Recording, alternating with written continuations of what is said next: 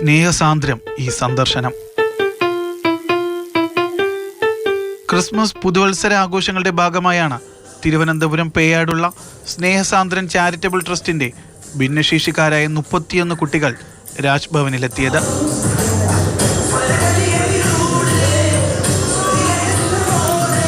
വ്യത്യസ്തരായ കുട്ടികൾ, വ്യത്യസ്തമായ കലകൾ, അതിൻ്റെ ഒത്തുകൂടൽ കൂടിയാണ് രാജ്ഭവനിൽ ഗവർണറുടെ മുന്നിൽ അരങ്ങേറിയത്.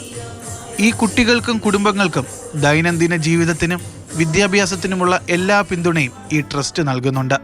വ്യത്യസ്തരായ ഈ മാലാഖ കുഞ്ഞുങ്ങൾക്ക് ഭക്ഷണ കിറ്റുകൾ, മെഡിക്കൽ കിറ്റുകൾ, വീൽ ചെയറുകൾ, പഠനോപകരണങ്ങൾ എന്നിവയും ഇവർ വിതരണം ചെയ്തു.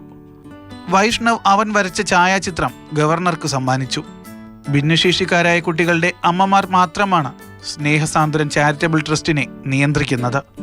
തിരക്കിലും വിവാദങ്ങൾക്കിടയിലാണെങ്കിൽ പോലും കുട്ടികളുടെ സന്തോഷത്തിൽ ഗവർണർ ആരിഫ് മുഹമ്മദ് ഖാനും പങ്കാളിയായി.